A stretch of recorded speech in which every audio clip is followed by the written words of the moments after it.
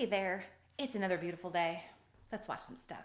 Walmart and other stores are not playing around with self-checkout anymore. Hundreds of people getting arrested across the country. And I'm not talking about just in store. I'm talking about a knock at your door in the middle of the night and they arrest you because they have caps now. They say $300, right? Depending on the state. And when you go over that amount, over a certain amount of times, then they show up with warrants. Now, there's AI that's monitoring everything you do at the store, at the self-checkout lane, so they know when you're stealing something, but no one will say anything. You'll walk straight out the door. Nobody will say a thing. It's later that they're going to be coming after you. Now, a lot of people came to me and they're like, well, if you wear a mask and you pay cash, then how can they find you? Here's what people forget, though. The parking lot has just as many cameras almost as the inside of the store. They can follow you even after you leave because everything's recorded. They can follow you and see every single thing you did in the store. And then as you walk. So what's incredible is that those mass robberies, right, where the people go in, they flood in and there's like 10, 15 of them, whatever, and they're loading their bags full of stuff and just flying out the door. Nothing's happening to them. But if you go into a Walmart and every once in a while you grab a little something and you forget to scan it at the self-checkout, they remember that until you hit that felony threshold, and then they're going to come after you. But here's the continuation of what we left off on yesterday, though. This is crazy. An Illinois woman is suing Target over biometric data.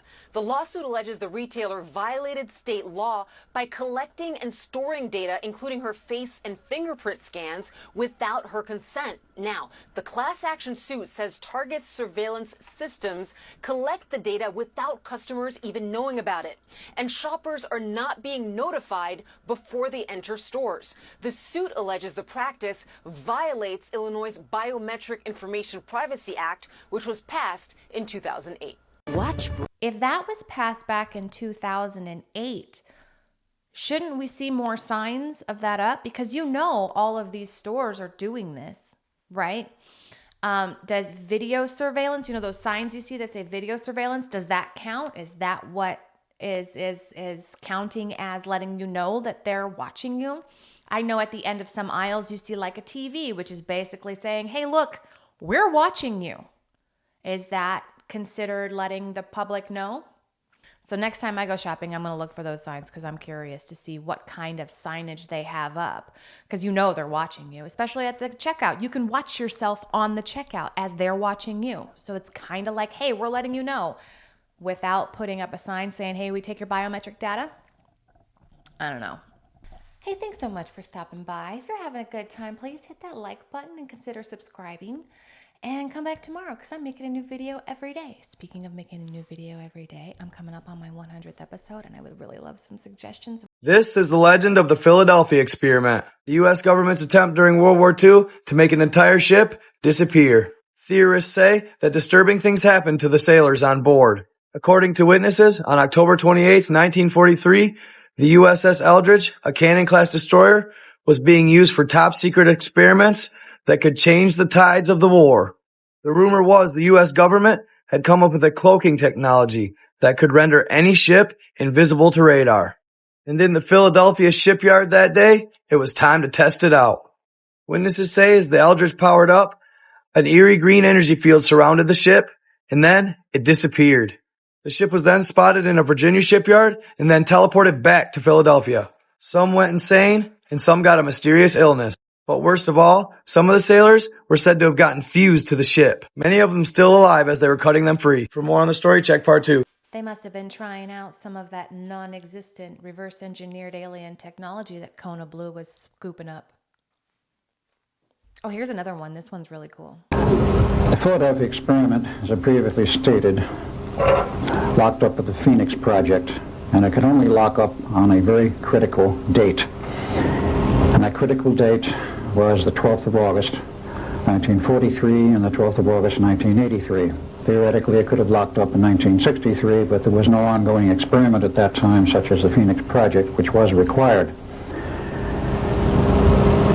Dr. John Van Neumann was, of course, the second and final director of the Philadelphia experiment. He was also the first director of the Phoenix Project when it came online after the war, and it went through several phases.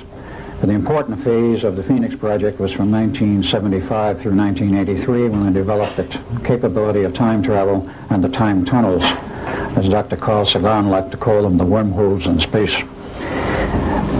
Wormholes in space and time. They had the capability and it was fully functional. Someone had to know, in order to get these two experiments on either end to lock up, that there were critical dates in which it would work and the rest of the years in between it would not work. And someone had to communicate this information to both ends. And this is the thrust of my discussion, and what happened and why this whole thing locked up and what some of the mechanics of, and technology of time.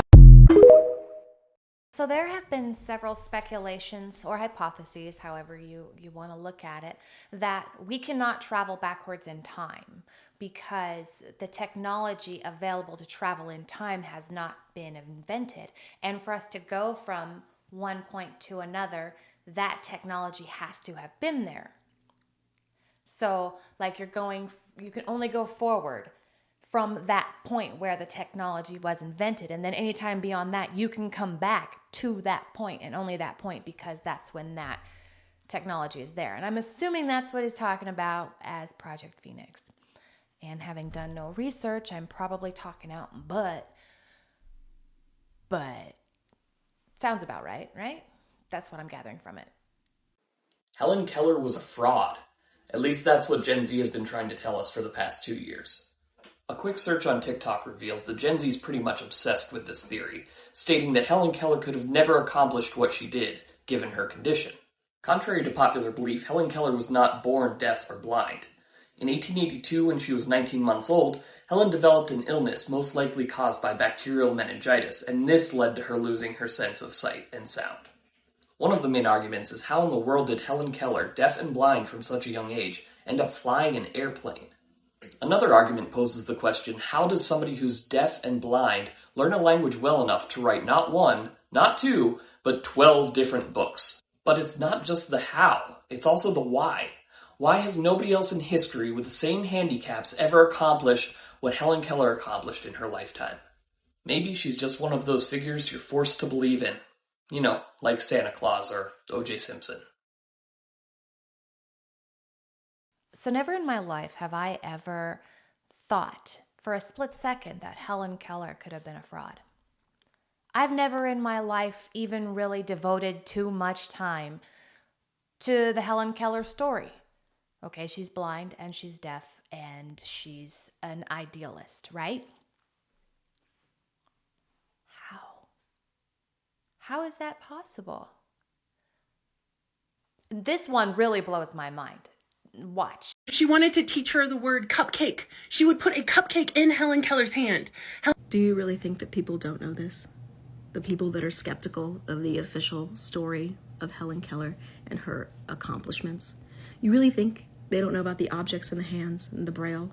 A cupcake is a tangible object that she can feel, she can taste, she can smell. And we are on board with that. But this is where I feel like we're allowed to maybe question this. Can Helen Keller hold concepts in her hand? Can she taste, feel, smell concepts? Can Anne Sullivan even explain to Helen Keller what the word concept even means? Explain what the word means to Helen Keller. And if you think I'm crazy for saying this, you've never really thought about this. I'm going to give an example. How do you explain to Helen Keller what the word distressed means? Here's what you said in this video that stood out to me. You said that you assume someone has a lack of critical thinking skills if they do not think Helen Keller accomplished what she accomplished. And that's what it comes down to. How dare you? How dare you undermine the accomplishments of Helen Keller? Don't act like people are crazy. Oh, they're just nuts for thinking that maybe Helen Keller didn't say these things. That these quotes that are attributed to her, she didn't say. Can we just admit that it's entirely possible that other people wrote these things? in her name. For me, it's clear that that's what happened here. I have no problem with the social activism. The causes were good. They were positive. It's just that she didn't say it. No one's saying that Helen Keller didn't exist. She was a person, blind, deaf person. What we're saying is maybe she didn't say these profound quotes. Right? So she was 19 months old when she had that illness, like the other guy said, right? And there's no development of there's no development of the English language at that age. Not enough to comprehend like complex emotions and concepts.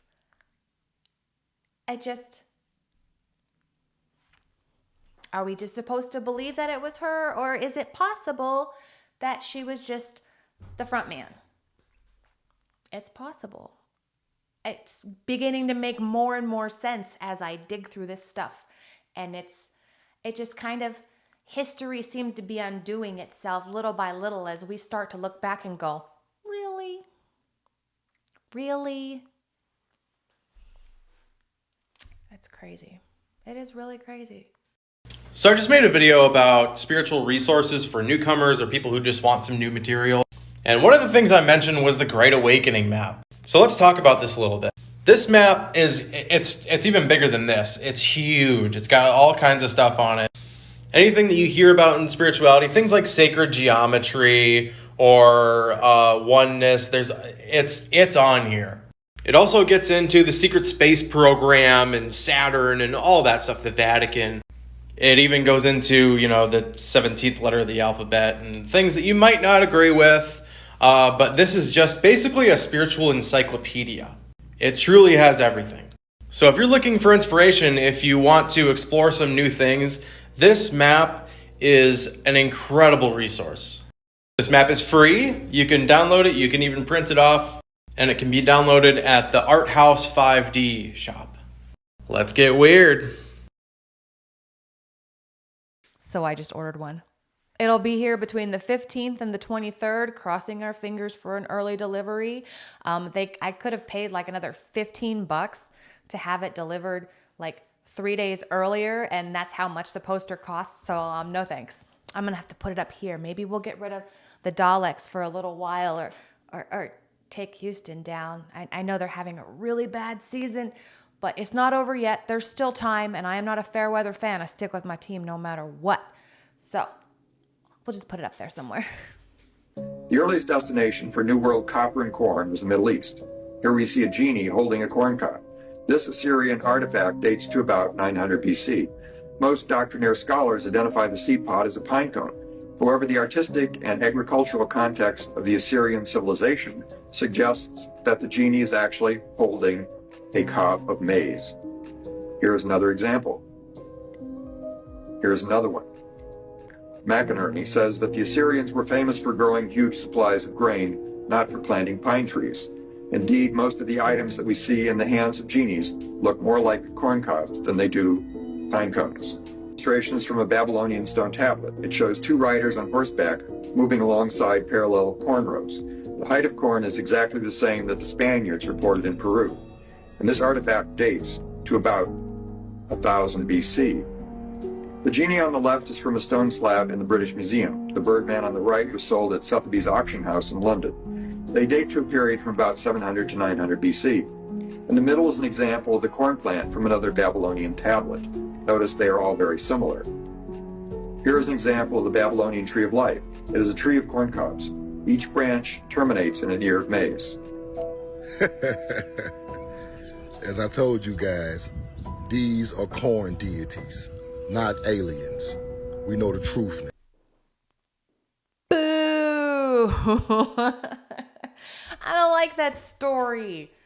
Corn deities is so boring. Aliens are much more exciting and I don't know. That's why the story has to come out of America, because we gonna make some stuff up. I like alien theories so much better than corn.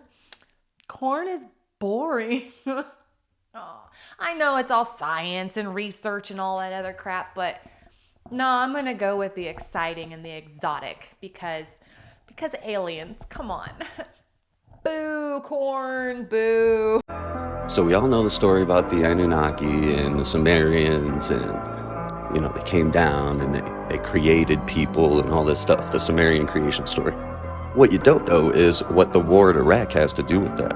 You see, in the 80s, Saddam Hussein came to power, and over time he started letting German archaeologists come and unearth some of the ancient ruins of ancient Sumer.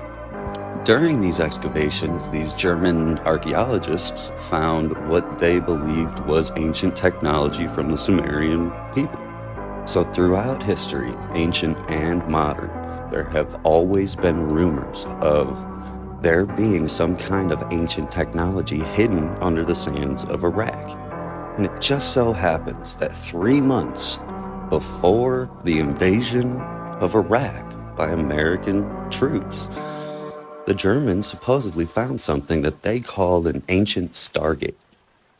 Now, this thing in the old stories was rumored to be able to allow you to pass from one place to another instantaneously. Word gets around about this ancient tech, and then all of a sudden, we invade Iraq for weapons of mass destruction. Now, my whole thing is, what if the weapons of mass destruction were actually real, but they're so highly classified that not even George Bush was allowed to see it? So now, on another hand, imagine being the president of the United States, listening to all of your advisors tell you that he has weapons of mass destruction. So you invade this country, this sovereign country, and then later on, you got to tell all of the people that voted for you that you didn't find any weapons of mass destruction, probably because you personally never even got the memo. Just a little food for thought. All right, so this is how much I live in a bubble. I just learned, like, in the last couple days that Iraq, present day Iraq, is what used to be ancient Sumer. So that blew my mind because before we had talked about the Stargate being in Iraq, and that's why we went to war, to uncover the Stargate, just like this fella discussed. But I also heard that they were looking for those cylinder seals because there's like some kind of crazy technology like revealed in them and stuff. So that's super cool. I am still digging on that, and I'm going to bring it to you because that sounds super exciting and I want to share it with you while I learn it. As for me, that's going to be it today. If you haven't already, please let me know what I should do in my 100th video. Let me know if there's a topic you'd like me to cover, or if you'd like me to do a different format, or I just want some ideas from you. So thank you so much for joining me today. I totally appreciate your time, and come back tomorrow. I'll have some different stuff. We'll learn some new things. I'll say different words, and it's going to be fantastic. Have a wonderful day.